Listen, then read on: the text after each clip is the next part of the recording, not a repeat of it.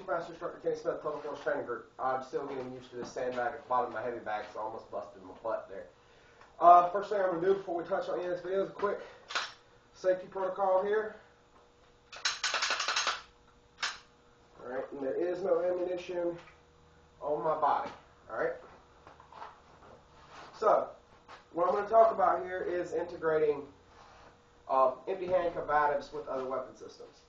What I'm going to wind up using a lot is, let me see if I can find something you see. Okay. We're going to use half 52 of the JB wheel. This is my shop. This isn't just where I film. This is the gym shop. Everything holding together. We're going to use a paintbrush when we simulate knife work. So I don't cut my bag to shreds. And so we get a click. We're going to use a clear Box 17. This is my everyday carry gun. For those that wonder, the only things I've done to this gun are I put a set of excess big dot sights on there. I cleaned it up. I took some, excuse me, I just used some like Jeweler's Rouge and polished up a few of the internals myself. I didn't change anything. I just cleaned it up to make things a bit smoother. Other than that, I've shot it a lot. So, solid rock really needs or M&P or several other pistols. Anyway, that's another discussion. I've done another video on that. The biggest fallacy that I've seen in the armed citizen movement, and I think it's great that more and more people are choosing to arm themselves, are that many are turning to this or even to this and neglecting this. Alright? A lot of that, to me, I think comes from the notion that possession equals competence. Such is not the truth. Not the truth at all. Jeff Cooper, who, if you don't know who Jeff Cooper is, you have no business at all attempting to try and tell anybody anything about this stuff until you at least learn who that man is. He's a pistol god, is who Jeff Cooper is. But anyway, I don't agree with him on everything, but his mindset, a lot of his stuff is just rock solid gold. But one thing he said is possessing a handgun does not make one a gunfighter no more than possessing a guitar makes one a musician. Now, I know that's not exactly to the point, but it's the gist of it. Basically, just because I have this gun, or I have this blade, or I have, the shotgun behind the door, or the 338 Lapua Magnum semi-automatic handgun in my waistband. I know that doesn't exist. That was the point. But anyway, just because I have the latest, greatest tool doesn't exactly mean I'm the best fighter in the world. It is my personal, arrogant, one-sided, and could very easily be wrong opinion that you can be as just the most well-armed, most proficient marksman in the world, but if you can't fight with your empty hands, you're useless when it comes to the perspective of a warrior. Why? Because if you're a police officer who's an excellent marksman but can't handle yourself with your hands, what are you going to do when you take someone into the jail? Okay? What are you going to do when you're in court? Things to consider. Okay, you're a civilian, a regular civilian. I know there's some civilians that have got some great training from a lot of the great schools out there. Nothing wrong with that. Some of them are awesome fighters, not just, but, if you can't fight with your empty hands, only the best gunfighter in the world, and how the hell are you going to get to your gun in a contact distance struggle? Bearing in mind that most assaults start here. Look at one of the more prolific shootings of recent days with George Zimmerman. When did he shoot Trayvon Martin? When he was in full mount getting his, and I don't know exactly what happened. All I can go off of is what I've read. According to the police report, Trayvon Martin had him mounted and was braining his head against the pavement. All right. If you can't fight with your empty hands, that can easily happen to you. Now, do I think he was right to shoot? Absolutely, I do. But I also think that a couple of days in a Brazilian Jiu-Jitsu class, teaching him how to pass the mount, then pass the guard, would have saved him a hell of a lot of money, if nothing else. All right, now let's think about this. Let's look at the risk, okay? What if he knew how to pass that mount? Let's not even look at if he didn't have to shoot. Let's assume whatever happened, he passed the mount and he still had to shoot. Okay? Let's look at the risk there. Most states in the Union, when someone puts you on the ground and is using your head against the world's biggest impact weapon, the ground itself, the world, typically you're going to be justified in using a little bit more force than usual. I know in this jurisdiction, you bash somebody's head on the ground, that's considered assault with a deadly weapon. It's just the same as you pistol whipping them or whatever. Assault with a deadly weapon with intent to kill, someone gets that, and you are more than justified in shooting them. And it would be hard to prove otherwise if someone didn't have intent to kill after the third or fourth time. That's just my opinion. I'm not a lawyer. But so obviously we see empty hands kills could have put him at less risk in addition to saving himself from the legal matter. So let's look at what about anybody else. It's no secret that most assaults happen at contact distance. All right, contact distance is, we say within 6 feet. And the reason for that is we figure the maximum length of your weapons, which considering most people aren't quite skilled at kicking, and with the way some people dress these days, as soon as they try to kick, they'll rip their friggin' britches. So let's go ahead and figure arms distance times 2. Okay, I'm a pretty tall guy, and that's a little bit over 6 feet. Okay, and most people will be about that way. But you pretty much figure 6 feet is an extremely dangerous range, especially if your own or primary weapon even is gun. To me, my primary weapon is nothing. My primary weapon is me. Everything else is just a tool. If your go-to tool, all right, if here I sit in my shop, if my go-to tool is a power drill, okay,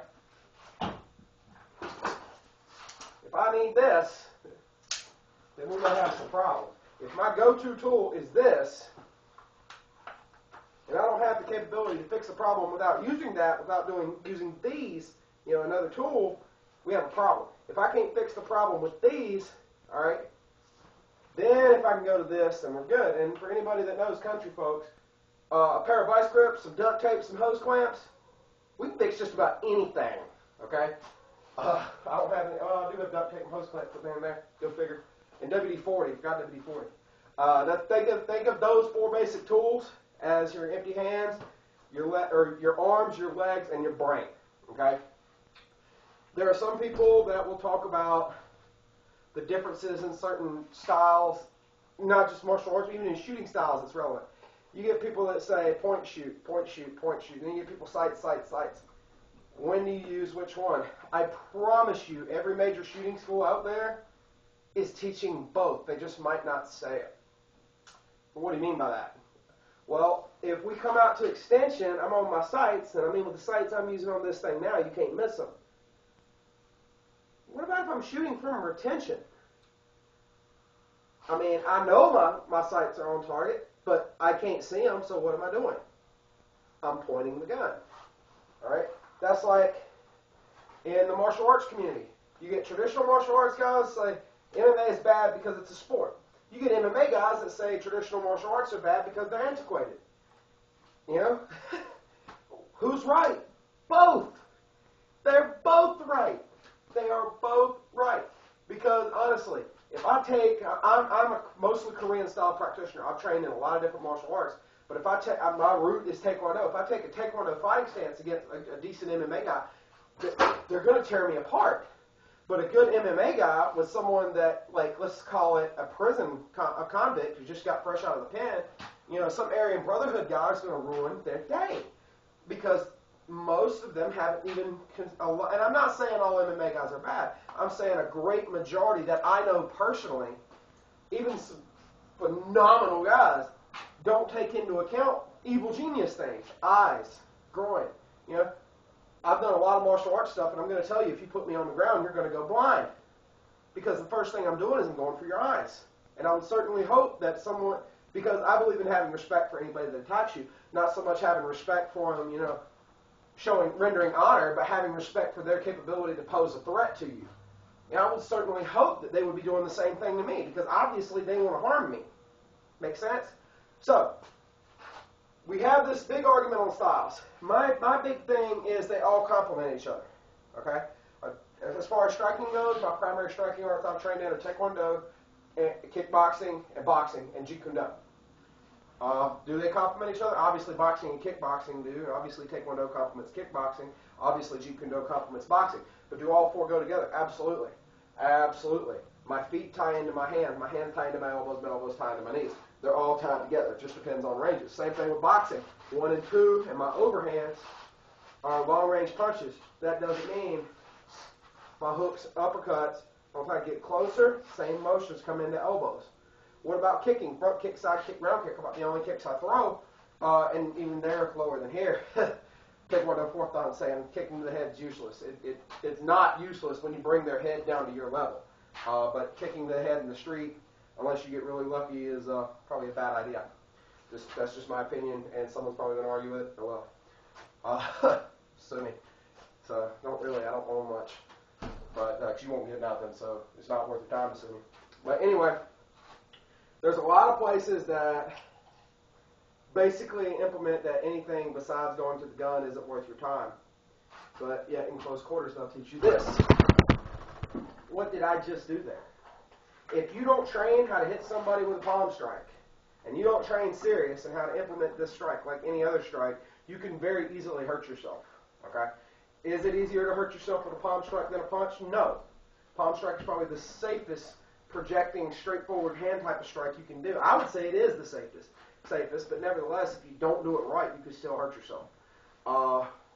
So keeping that in mind, and there's so much more you can do when you learn it. Maybe you can go into the eyes, and now these shots that were back here, as they're going down, now you're putting shots into their belly with a safe backstop from the ground. Something to think about. So when we train this draw, a lot of people will hit and go back. I don't like that. I don't like that at all. Because if I don't do serious damage to this person, okay, I've really made them mad. If you hit them hard enough and you break their nose, yes, you've affected their ability to fight you. I get that. If you hit them hard enough that you knock them out, even better. But if you don't hit them right, or you hit them in a not-so-soft part of the area, yes, you may have distracted them long enough to get your gun out, but unless you get a perfect shot, they're still going to be able to get into a gun grappling situation. I didn't say they'd be able to take it from you. I said they'll be able to try. Okay? And that's not good. It's not conducive to what we want to do. When I attack, this whole notion of defense versus offense, my opinion is this. What is preventing you from harm? That's defense. What are you doing about it? That's offense. My defense, maybe I went into a blocking type scenario here, covered something up. Maybe I've used some type of JKD entry. Boom! All right, this right here is my riposte, to use a fencing term. Now I'm going on the offense. I'm not stepping back unless they make me step back. I've already fulfilled my duty to retreat, so I'm attacking my attacker. Boom, I'm coming forward. All right, by doing that, I'm putting my weight in there. Maybe I don't affect them. Cool, I'll come in here on the elbow, and I'm putting bullets in them. All right, so what happens? I get a malfunction. Fine. You know, I've got other things I can do. All right, but if I'm going backwards, I'm kind of at a loss. All right, so they all mesh. Who says that I can't use my empty hand skills with a pistol in my hand, right? We know this weapon is clear. I cleared it earlier. Okay, you've all seen that, but just because I'm going to be manipulating it more now, I went ahead and checked it again. Okay? Now you probably can't see in there, but whatever. All right, so when we come in here, bang, you know, we've covered.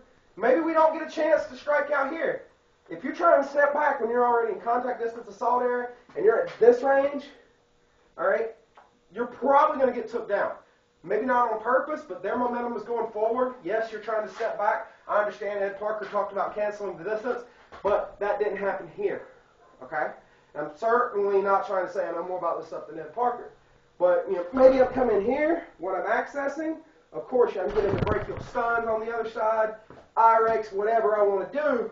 All right, maybe I can come here, boom, boom, then come into my gun. Well, now what? You know, let's say maybe I butchered it and I got a malfunction. Bang, bang, bang, click. Oh, shit, click. Loudest sound in the world is a gun that goes click when it's supposed to go bang, right? Except for maybe a gun that goes bang when it's supposed to go click. Well, now if I try to do a tap, right, bang here, I'm in trouble, all right? Now, a good shot from an MMA perspective, if I've got this hand back for one reason or another, maybe I'm in a clinch. I've got this hand back here. A good shot might be an uppercut, right? Who says I can't do that uppercut? Here. All right. What about if I want to come with an elbow? I didn't muzzle myself. I was here, right? I bring the muzzle across my bad guy, put the front of the barrel on my arm, and come in here. The muzzle, at best, goes underneath my forearm. There's no way I can muzzle myself. Boom. I'm in here. Boom. All right, that muzzle's pointing off over here behind me. So I want to come back again. Bang. Maybe I can hit them with a mag if I need to. Clear that malfunction on the way out. Okay? So maybe I come through here, bang, oh shit, uppercut, elbow on my back, pistol whip them, hit them again. Alright? They do mix. Just because I have this in my hand doesn't mean my empty hands are useless. What if I'm not using the gun? Alright, click, I got my tactical folder out. This is just an extension of my hand. And I mean, I'm using a paintbrush so I don't mess up my bag. Alright? We'll put it back here, and I'll actually simulate opening it too. Alright? Come in here, bang. Obviously, I can come straight in here prison style. Alright? And rip up. Alright? Matter of fact, the folder that I carry right here, when I flip it open, I try and get that edge up for exactly that strike. So, back to the brush here. Boom. Maybe I come in with that. Alright? Maybe I'm out here at a distance. I get a good hit on, click, I close the gap, I can come across. You know, maybe this hit comes into a pass, coming into a hubud. Those of you who train Filipino martial arts or combat Hapkido or any other Hapkido styles, I know a lot of Hapkido practitioners actually use the hubud drill, tying and untying. Some people use different names for it, but you know, maybe I'll come in the inside, and obviously I can make that work. So whatever you put in your hand, it's an extension of your hand. Just because this extension may shoot bullets, that just means my hands have extended further. All right? That's like to integrate the empty hand in the pistol is just like a tactical officer integrating the long gun and the handgun. Think of, I can't remember who said it. I know I saw Gabe Suarez say it on Warrior Talk, and it rung a bell. I can't remember who he credited with saying it. So if someone finds that, please let me know. But he basically said that with the handgun, you protect yourself. With the long gun, you impose your will. Makes good sense, okay? With the handgun, you know, maybe now my threat's over there. I can impose my will to keep them away from me, okay? Put them down on the ground, whatever. Go to guns if I have to. All right? And I know Jeff Cooper said the purpose of a handgun is to fight your way to the long gun you should have never left behind in the first place. The purpose of your empty hands is to fight your way to that handgun. Alright, so work the empty hands, work some training drills. I will put a few combinations that I like on the free training tips section on our website. Work your footwork, work your empty hand drills. Get you a blue gun, or we all know dry fire safety. We've all went over that before. Make sure there's no ammunition in your weapon. Make sure there's no ammunition in the room. Okay? And you can actually work this on a heavy bag just like you could otherwise. I actually do work this every once in a while. And hope you all enjoy that. If you have any questions, comments, concerns, bitches, moans, groans, complaints, holler at me. Y'all stay safe.